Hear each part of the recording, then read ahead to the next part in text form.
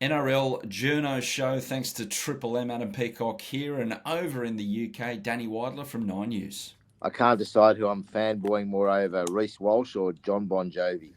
Certainly not Michael Chammas, who's here as well from the Sydney Morning Herald. Chammy, what do you got? Yeah, I talk global round. We're going around the world, baby. Vegas, London, Dubai, Hong Kong, Beirut, wherever you want to go. Let's make it happen. Let's go. Hello, boys. Good to chat again. Me on this side of the world, you on the other side of the world. Chammy and Danny, how are you enjoying each other's company, most importantly? I'm sick of Chammy. Yeah. Oh, mate, I couldn't have been any less involved in your life since you've been Yeah, I know, but that's enough. I asked for one lift. You won't even share lollies with me. You get Werthers. You take the Werthers, and I get the crappy lollies. They're the ones that Bulldog Ritchie bought us. Don't say they're crappy. Bulldog went to great trouble to buy you some nice lollies, and you are being rude to him. Well, mate, I can tell you what, Adam. There's a bit of a bromance brewing. Bulldog and Cat Dog, or whatever his name is, they're best buds. This chick. Yeah, I'm enjoying his company. That's nice. He's good company, Chammy. Yeah, I've been brushed. I feel like I've been used a little bit, to be honest with you. Used and abused. You poor Danny, thing. Is this the sign of a new you? Like you and your you haven't exactly had friendly relations with everyone from News Corp over the years. I mean, is this you and the other guy that's going to do the Sunday column for the Sunday Telegraph just getting on the same page? This is a real thing for you, isn't it, Adam? This whole who's going to do the other column? I don't know who's doing it. I'll tell you who it won't be. It's poor old Bullfrog. He's just been sacked for spending time with Danny as his travel companion. He's not allowed to spend time with Danny. Well, they're not allowed to spend public Hey, time, not on air or anything. Take us through Wembley, guys. How was it from your perspective and behind the scenes about a few of the things that were going on there that we didn't see on our screens back in Australia? Well, can I start before we actually had the game? I thought that I was fanboying over John Bon Jovi. I thought he turned up at the Kangaroos unannounced, unexpected. He was doing some sort of planning meeting at the stadium or tour of the stadium, and he's launching his comeback after some illness, and he turned up, and I was like, I have to admit, I'm a bit of a Bon Jovi fan. I saw him when he came out to Australia. I was front row, and yeah, it was I was so happy. I haven't been happier for a long time to see John Bon Jovi, and he caught the tube out there, Adam, to do his tour of the stadium. So he's a man of the people. Maybe he's a people's champion, like Michael Chammas. And that, mate, you embarrassed yourself the other day when he was there. You should have seen him after it. Oh, anyone else get the photo of me? Anyone get a photo? Any other angles? Everyone in the press room had to send him all the different angles so he can go post it on social media like it was some 18-year-old school. I'll tell you the other thing we did, Adam. Bullfrog, Richie and I knew he was there, and we waited outside to try and get a selfie with him. Because Bulldog's a fan as well. Unlike Chammy. Chammy never heard of Bon Jovi. Oh, shut up. Shut up. Didn't know who he was. An absolute disgraceful slur. And there's a few things that Chammy, pop culturally, Chammy has missed a lot. Mate, I love Working Class Man. It's a great song. No. Quite. Seinfeld references go over his head. It's just a disgrace. Oh, no, I'm not a Seinfeld guy. The only thing to do with Seinfeld is the B movie. That's the only thing I've done. That's not my guy at all, Seinfeld. So, that was really great. I wouldn't be surprised if there's a move to try and get Bon Jovi to do something with the NRL in Vegas at some point. I know they've had a couple of quiet chats about maybe the Killers, and I wouldn't be surprised if there's now a push from the people who do the Vegas business, where they have a look at the possibility of getting him. So they were very impressed because they got a lot of mileage outside of just rugby league circles with Bon Jovi being there, because rugby league hasn't got a lot of cut through in this part of town. Like in London, the players are just they're just normal people. They're not really recognised. And I'm wearing a London Broncos hat today. That's we got those training the other day. And it's going to be interesting to see what they can actually get any foothold in London at all, because right now there's not a lot. Like, you go into sports shops, and I looked around today. I had a bit of time. I went to several sports stores. They're not selling rugby league jerseys. It's all, the game that you and Chammy like, soccer. It's all it is. So like, and there wasn't even a lot of rugby union stuff either. It's just all soccer jerseys, and they've got to. The powers that be over here have got a lot of work to do to get some cut through. Chammy, your Wembley experience? To be honest with you, I was a little bit underwhelmed by the game day. Listen, did you speak about anything to do with the game? I will now. You were fangirling John Bon Jovi. I was underwhelmed by the atmosphere. No, I loved to see you feeling over John Bon Jovi. That was great. But Wembley itself, the game day experience, I was underwhelmed. And I spoke to a few people on the tour, actually, some of the Aussie fans who were over here. I bumped into them at the pub this afternoon watching some Premier League games. And they said the same thing, that they expected the crowd to be raucous. They expected singing and chanting.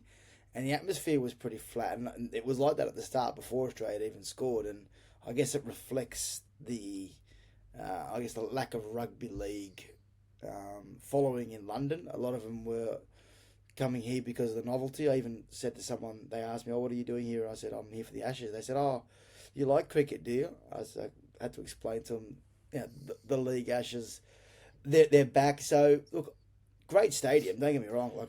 It was a real honour to be sitting there and watching a sporting event at Wembley. But the atmosphere just didn't live up to the hype for me. And I think when we go north to watch the next game, Everton's new stadium at Hill Dickinson, and then the third game at Headingley, it's going to be completely different, because that's rugby league heartland up north of England. So, underwhelming game. I thought it wasn't the greatest spectacle, and for those who came because of the novelty, would have been a little bit disappointed they didn't get a show. Reece Walsh obviously turned it on for them, but there were so many errors. It just wasn't the spectacle rugby league fans would have been hoping for. They were looking for something to cheer for, because the moment that England did anything good, they had support.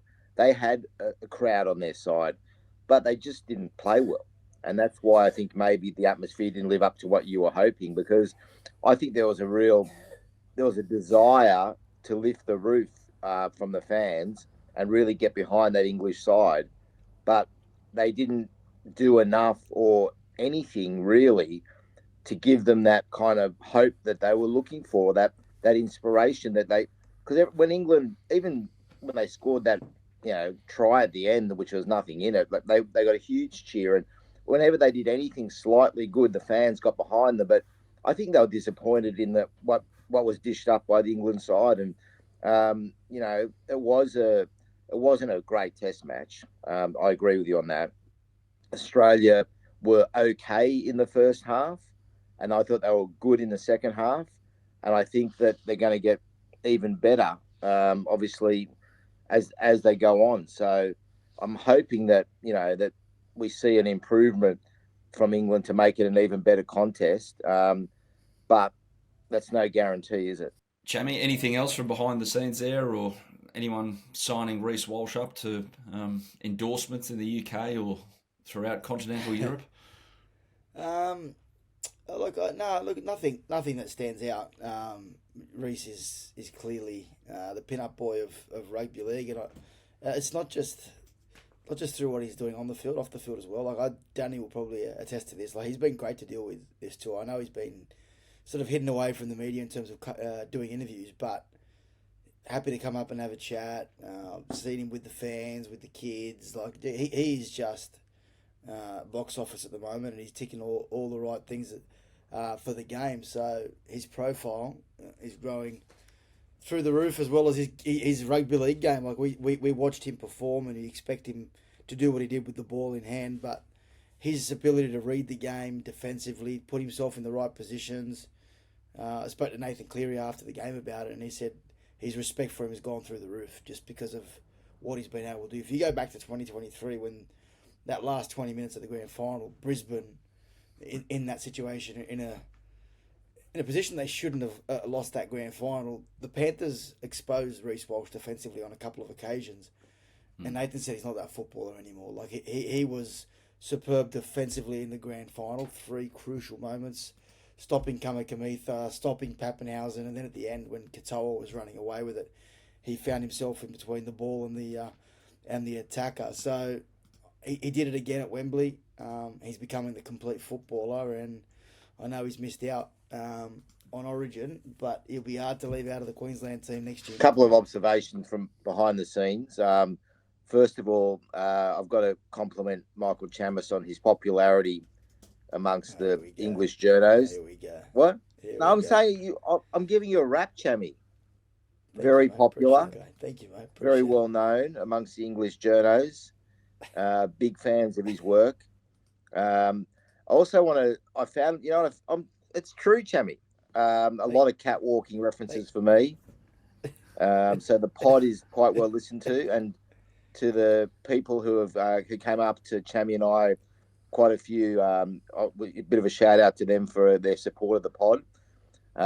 The other interesting thing I found, Adam, which this might be something you know more about than I do, but when Sean Wayne spoke to, I was going to call him Shane Warne, spoke to the media before the game, it was really weird. So we're divided between electronic media and print media. But the electronic media was invited to go and listen to what the print media got in their chat with the coach before their questions to the coach afterwards, which is really like any scoop that the print media were going to get. What? Yeah, I think that happens a bit in England, that we were allowed to listen to what they had to say. And I didn't want to. I wasn't. That's disgraceful. What, in his press conference at Captain's Run? Yeah, like, not that there's a lot of people there. It was only a few journos, but we were asked if we want to go listen. And I the way that the electronic media or TV is treated in England it's not royalty, but we're treated very well. You're treated like broadcast rights holders.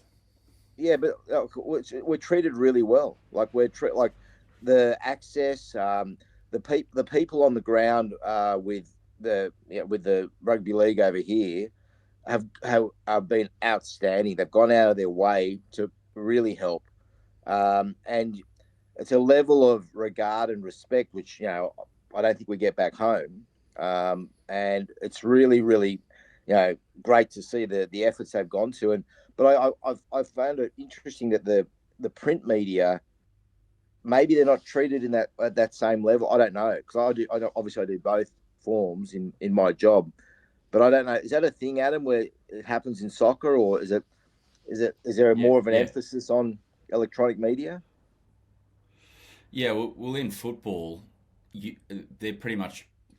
The media are pretty much treated how you guys are treated back here with rugby league, because it is so big that the clubs go into full protection mode. Well, not full protection mode, like a lot of clubs try to kind of bring you in, but there is that layer of wariness. I mean, English football with journalists, because there's so many and they do so much. Like a journalist, a manager has to speak upwards of 120 press conferences a year, has to do one before, has to do one after every game they play. It's a different level. So by nature, everything is a lot more protected. I get the feeling after listening to that the English Rugby League are just bending over backwards to do anything they can to get any kind of publicity for this series, which is the smart way to go about it instead of going into full protection mode. I mean, how are the Kangaroos treating you guys on the other side of the world as opposed to if you were back here in Australia? Yeah, look, I think they're happy enough to see us. I don't think we're, they probably prefer we weren't there with them, but I think that they're being very decent. Like there's no snubbing in like hotel foyers. Like I spend my whole day when I'm not out at training or wherever in the foyer, and they all come up and say hello. We're not going out for dinner with them, but nor do I expect that either, really. I mean, we're not part of their team. We're just here covering them. And I think they've been really decent. The access has been good. The only one who didn't speak to us in the lead up to the test was Reece, because they wanted him to focus on his debut test. And in fairness, that worked, didn't it? That was a remarkable display for a test debut. And when I interviewed him on the sideline after the game, he had tears in his eyes. That's how much it meant to him. He said that it was the first time he ever saw his old man cry when he was talking about him playing for Australia. His daughter stayed up to wish him luck for the game. And look, I don't know Reece other than to interview him, but I watch what he does in and around the group, and he's a popular character in that team. And the way Chammy, you've interviewed him a few times. Whenever I've had to interview him, he's been tremendous, and he puts in an effort to give you something, and he can conduct himself really well. He did the press conference after the game alongside Harry Grant and Kevy Walters, and he wasn't emotional in that. He was very businesslike, but he can speak really well. Like he's got a big future in football, and if he wants to, and he keeps going at the rate he's going, he'll have a career in media because he's got the ability to express himself, and he's a handsome devil too. So there won't be an issue in terms of that. Like his popularity, he's even bigger on Instagram than Michael Chammas. I disagree with what you said earlier, eh? Like, you you said that they decided not to put him up for media in the lead up, and it worked. Well, it did. Look how he played. Yeah, but he did media in the lead up to the prelim and the grand final, and he was. That's true. Yeah, good point. Performance of his life. So I don't think the correlation. Yeah, that's the kind of attitude, Danny, that stops people from talking when we say, "Oh, look, it worked because he didn't talk." Well, it's got nothing to do with that. Yeah. The pressure, with all due respect, in that GF and that prelim him to deliver was at an all-time high, and he spoke. He spoke plenty of times, and he spoke well and still delivered. So that's a good point. I think that he can well and truly handle himself, Reece. It's not like he's someone who embarrasses himself or says silly things when he does media. So I would like Australia to actually. I know it doesn't make a difference to some of these people in London, but especially when you go up north, like he's going to be, everyone's going to know who he is. Rugby league fans up north. So do you think they would have sold, like they sold 60,000 at a 90,000 stadium? Would it have made a difference if Reece did some major publicity or he was trotted out in a public press conference? Nah, not one bit. Wouldn't have made a difference at all. But what I'm saying is back home and to the people who do care in England, it's not even about Danny. It's not even about the fact that he selling the game or publicity. It's about this notion that, and this is my personal opinion, this notion that we've got to protect him, that someone has to do to hide him away from it because it's going to make a difference to his performance. Like, come on, that attitude is present in a lot of the NRL clubs and NRL coaches, and there is no correlation between that. Like, it doesn't make a difference. Well, he puts himself out there on his own platforms all the time. What's the difference if he's just putting himself out there and answering some questions? So, it's not even about him promoting the Ashes. It's me trying to basically this myth that talking to the media is a hindrance on performance. Well, maybe it's unfortunate because he played so well. maybe they feel like coaches who win grand finals on the back of blocking out media. It's like, this is how you do it. Well, there have been coaches who've won it without that mentality. So yeah, and I think Michael Maguire for so long has been so obsessed by how he handled South Sydney, which was, as I just said, shut everyone out. No one say anything interesting. No one be above the team. No one have a profile. And because he won a grand final like that, in his mind, that's the way to do it. And I think he adjusted. Mate, the fact that Reece and Payne all spoke so much in the lead up to their premiership, that Michael Maguire wouldn't have let that happen 3 or 4 years ago. So, yeah, it all comes down to the coach and the club and what they deem to be a result of success based on the outcome of those decisions on who does media.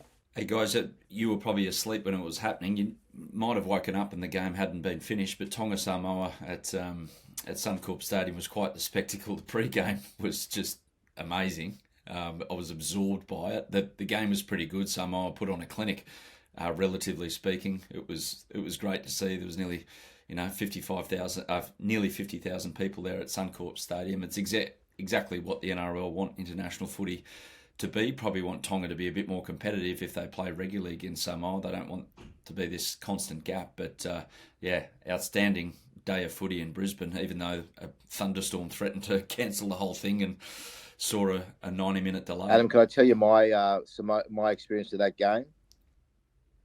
I was with Andrew Abdo. It was must have been 6:30 in the morning. We're the only people in the hotel gym, and he was trotting along on the treadmill happily, bolting along at a great speed. He's a good runner. He's a really good runner.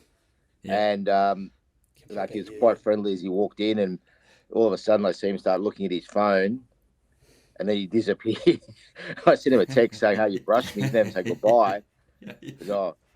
Lightning delays in Samoa game, so he had to bolt literally out and take care of everything. But I saw Gordon Tallis in the foyer of the hotel shortly after that, and he was showing me video of the hailstones near his house, and it was quite a sight for someone to see. I didn't know how bad it was. Yeah, they had to get off, and apparently they were verging on having to can the game. Wow. Unfortunately. But what they do on the broadcast, did it affect the news? I don't know. Did any? You're the expert in this sort of stuff, Adam. Like, do they have to cut to the news, or do they move the game to another channel? What happened? Danny, I'm Team Bullfrog, mate. I was over with it's no longer a News Corp product, but I was on KO Sports, so I wasn't aware that it was on Channel 9. So don't tell anyone at 1 Denison Street that's the case. I don't know what happened with all that. Speaking of Channel 9, I actually bumped into the CEO, Matt Stanton, on the underground on the way out to Wembley the other day. I said, "What the hell are you doing catching the train out there?" But it's a thing, isn't it? You said John Bon Jovi did, the great Matt Stanton did, and also I saw Sam Burgess on the... It's the only way to get train around as well on the way to the game. So, well, the great Michael Chammas did it. I did. Did Danny Weidler do it? No, of course not. No, private. I was traveling with a camera crew. Yeah, you can't take a camera on the tube, Chammy. That doesn't happen. So it's... I've never seen Danny with a camera in his hand. Why didn't you just catch a train, mate? And your cameraman could have just met you there. You're above that. When you bludged the lift on the way back, I didn't see you helping carry the camera. That is a lie. I carried the tripod and I wheeled the bag back to the car park. So shut your mouth, champion. Righto, you two can squabble for a sec. We're going to take a short break. Back in a moment to talk about the concept of Global Round. Michael Chammas, Global Round, tell us more. You plastered it all over your personal socials over the weekend about this concept of the NRL starting the season in every corner of the globe imaginable. Yeah, well, it's got a lot of attention. The players love it. Speaking of Nathan and Mark Nawangani after the game, they said they were talking about it in the lead up on the day of the game because the story came out that day, and the players are all excited about it. So basically, Peter V'landys and Andrew Abdo are trying to orchestrate this situation where you expand on Las Vegas and you play matches in all different cities. Now, my original report said that they were looking at taking every single game of that round across. Peter V'landys has said since that's probably going to be a bit much. They're going to have to come back and play games in Australia. So I reckon it'll be 5 to 6 games overseas. Currently, we've got 2 games. They're really keen on London. Originally, the idea was Wembley, but being there the other day, it felt empty. Adam, 90,000 seat stadium. I don't think. Geez, you're off it, Chammy. You're so off. I was so happy at Wembley. I love it, mate. I love it. There's so many great English footballing moments and sporting moments there that it was a privilege to be there. But let's be realistic.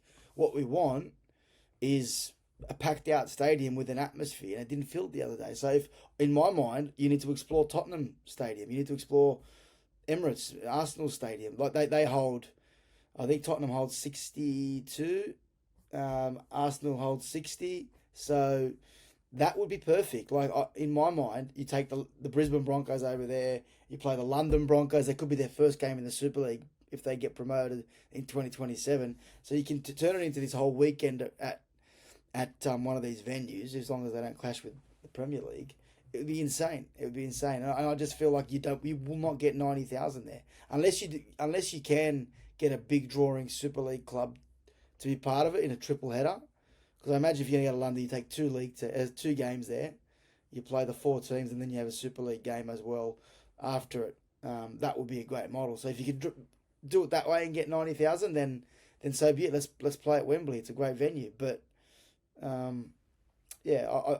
reckon you need a 2-week break after the game for the teams. Yeah, it will be like it is in They Vegas. need a fortnight off, not just 1 week. Oh, like you have 2 weeks off, then play the third week. Nah, you could. Well, Yep. maybe you could give one team a bye, but how you keep that's not going to cut it. It's difficult though, but it's 24 hours. It's a hard thing to recover from. Athletic, it's hard enough for as a normal human being, but let alone an athlete. I looked at it and I went, yeah, Hong Kong, cool. Vegas, yep. Chammas, Hawaiian volcanoes, get a game as well. I thought Tokyo might have been on the list. It may well somewhere. be. Like Peter V'landys in the interviews that he did with Danny and I yesterday said that they've got some interest from different countries. The reason Las Vegas has become so profitable is because they struck a really good deal with Las Vegas Tourism, and in its second year they made a lot of money, and that will continue to grow. So if they can go to the tourism bodies of the countries or the regions that they intend to go to and say, here's what the money we brought into Las Vegas economy, we can do the same for you. How much will you pay us to do it? And then you create this bidding war between different cities and countries around the world, and you can pick and choose. So, yeah, it might be on the surface they want to go to Hong Kong, but you're right, Tokyo, they've got a rugby union following there.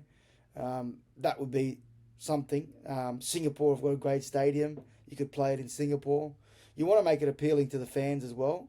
You can take it. I don't know if there's a stadium in Macau, but Macau potentially is a similar feel to. Well, you go Hong Kong, Chammy. Hong Kong have got the stadium. How far is it from Macau to Hong Kong? Not far. You could swim there. Yeah. Long swim, but you could do it with the tide. But with Hong Kong, they've got a great stadium. Look, I know a bunch of guys who live in Hong Kong, expats who are putting together a plan to potentially take to the NRL to try and attract them there. This was before this. What, just random punters? Or they got a bit of pull? They know what they're doing. Doesn't mean just random punters, Jamie. Can you send me their proposal? I'll give it a run. So Jamie, it's still it was a really good story. I think it was a really interesting story and a really good talking point. It's funny when you mentioned I talked to Peter V'landys, he said it wasn't an original idea. He said he got it from the NBL. I think he meant the NBA. I know, poor Peter. Yeah. Did you know you were there the other day when I interviewed him, Danny? I don't know if you noticed it. I didn't run it in the video because I didn't want to do it to him. But he kept talking about. He said, these guys, they went over and spent time in America, the Broncos, and they went to all these NBA games, and they're spending time with guys like James LeBron. And he kept saying James LeBron. I couldn't do it. Didn't run it. I think we took NBL out of our story too. Did you say NBL? The NBL's massive. I know. It's not quite O'Shea, but it's along those lines. O'Shea, one of the greats. It's a good story, great idea. Is league ready for it, Chammy? Is it league ready to? Why not? Is it a big enough game? Why not? Yeah. Well, how do you make it a big enough game? Everyone talks about it's not a global game. People weren't going to. Well, you got to do things to make it bigger, and we're never going to have an imprint in America the way that their sporting organisations do. But that's okay. You take a little percentage of it, and it just grows. And even the momentum on the back of Vegas, I don't think it's a coincidence that the game has had record ratings in the last 2 years on the back of starting the season with such popularity and such fanfare in Vegas. So you expand on that. You enter into new markets. I think London's a no-brainer. I think England, the NRL have a responsibility to help resurrect the game in England. I love the idea of helping France as well because I'm not saying it was rugby league heartland, but France was a rugby league playing nation at one point. Now it's just a minnow nation that Trent Robinson helps out to try and keep it together. I had one of the French journos come up to me and say, I need to get to Peter V'landys to help save our game. Like, it's dying over there. This is the perfect opportunity. You got Toulouse heading into the Super League next year. Catalans are there. And it's a great tourist destination. How many people want to go to the south of France? I think the NRL missing an opportunity if they don't at least explore the possibility of taking a game there. And Chammy, I haven't read your interview with Nathan yet, but I spoke to him after the game, and he brought up the fact that in a lot of ways, league is viewed as a poor cousin of rugby for its lack of international appeal and travel. And he said what he liked about this is a very good counter to all of that. And that's what we're running on the news tonight, his views about that. And that's a really broad and correct way of looking at this. That, rugby have always turned their nose up at rugby league as it's only popular on the eastern seaboard and, in New Zealand. Well, all of a sudden, if we can get it bigger and better in other countries as well and make it a bigger game, even like over here as well in England, like it would be fantastic for that to happen. Yeah. And, I'm all for it. I just hope that, I hope it happens. I hope that, the clubs get behind it and back up this plan that Volandis has. Like, without a doubt, the Vegas initiative, I didn't know it was going to work as well as it has, but I think it's the best initiative the league has had since State of Origin. And that's how big it is. And I hope that we can see a similar thing with the global round as well. I think that the fact that the NRL, it's going to take a lot of work to get this off the ground. Like, they spent so much time and resources trying to get Vegas off the ground. They're finally at a point 3 years in where they can get it done and have to worry about grounds and trying to find training venues. They know what they're doing now. So there is going to be a lot of work to get this and pull it off. I spoke to clubs, spoke to Blake Solly at South, Jim Serentinos at Para, Adam Peacock at the Bulldogs. They're all backing the concept. Obviously, they want to see more information about it, but they're all excited about it. And so are their fans. I know there's going to be some, as Peter Volandis calls them, narcs, who are going to be negative. But what do you got to lose? Like, if the game is such in a good financial position, it's healthy, even if it costs you a little bit in the first 2 years, so what? Like, you are giving the players, and you talk about Rugby 360 and Union, you're giving them life experiences that they would not necessarily would have got. And that's been the difference between League and Union. They always, as you said, they had the opportunity to travel. League players never have. Chammy, I was speaking to when I took Harry Grant and Hudson around on a tour of England or whatever, tour of London, and when we were outside Buckingham Palace, the thing he said was, rugby league has got to do more of this sort of thing, players overseas, and it's got to promote the game more overseas. And I think Harry had a chat with Peter Volandis at the end of last year and gave him 5 good ideas or 5 points to explore. I tried to get Harry to tell me what they were the other day, but I haven't got them yet. But he's obviously thinking about things in a broader sense. And Harry, unless there's a shock, I think Harry's out the Australian captain from now on, isn't he, as well? So he's getting a bigger and bigger place in the game, especially with Isaiah going to be missing this game. He's a man with a voice now. So I'd like to know more about his ideas as well. Find out. Do some journalists work. I tried. Yes. Keep trying. Come back to me when you've got the answers, please. Thank you, sound like you're Headmaster Peacock. Just quickly, Origin. Adam, if we had the choice, where are we all going? Where's our preferred destination? I'm with Nathan Cleary. I'm Team Miami. I'm heading there for sure if that's played there. Absolute bastard to get to Miami from Australia. But we've got to go watch some basketball. So the worst. I would look a big NRL game in London would be pretty cool, especially in West London. You spoke of the stadiums before, Stamford Bridge, Craven Cottage, good Premier League stadiums if you could get access to those as well. Lots of Aussies in that area too. But be honest, I'd probably go. I'd love to go to Tokyo and watch a NRL game if you could find the right stadium and pack it out. That'd be pretty cool. Can I go to Utah where there's a bit of skiing for me as well? Or? Mate, Utah, there's a big Polynesian community there, isn't there, in Utah? So that's a good shout from the King. Thanks to the church. Hey, Origin in New Zealand. Code Sports reporting that we could be looking at 2027 a 9:30 p.m. New Zealand kickoff time for 7:30 back here in Australia, not to encroach on the news and give it prime time status, of course, whatever channel it'll be on. I think it's still on Channel 9 then. What do we think of this idea, Adam. gents? Has it got legs? Have we discussed this before? Long time ago. Yeah, I broke it a couple of years ago. When Thanks it was for giving Coach floated. Plug, mate. That's okay. Well, you do some journalism and I'll give you the plug. Yeah, I think. Look, New Zealand's a great market, and I don't like the idea of the 9:30 way past my bedtime. I think I'll be in the dressing rooms till 1 a.m. That doesn't excite me. But I think for the actual game, it'd be great. It'd be great. But I mean, as long as the money's there, because that's at the moment the NRL is getting a lot of coin from taking games to other states, aren't they? They're getting, the Perth games, the Adelaide games, Melbourne. The Adelaide game might be the one to go in the rotation if they're going to go to New Zealand, because I don't think they can abandon Melbourne. I think I've got to keep doing that. And if one has to go, maybe it's Adelaide. I don't know. But I don't mind the idea. I don't like the time slot. But, we'll see. But I feel like we've discussed it before. Is it now happening? I haven't read that story. Yeah, well, they've been in negotiations with the government. What happened was there was a change of government in New Zealand, which has caused the delays. We reported this a couple of years ago that they were in negotiations 27, and at the time, the big stumbling block for them was the time that they would play it.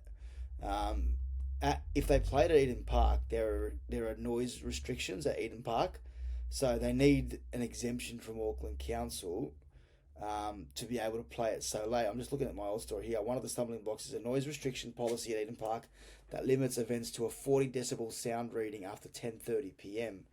And given the time difference, the NRL wants to kick off at 9:30. Unlike, of course, Stadium, Eden Park is surrounded by residential dwellings in close proximity. So the only relaxation of noise limits at Eden Park was for the 2011 Rugby World Cup and the 2015 Cricket World Cup, where slightly higher noise limits were obtained through consent applications. So that's what the NRL have to contend with in this situation. Yeah, it's a pretty cool event. So if Auckland want this, they're going to have to give them the exemption to make it a reality, which means two things. Yeah, A, exemption, B, money. And I like it. If we're taking Origin to Adelaide, we're far better taking the game and playing it in New Zealand. Do you like it, Adam? Yep.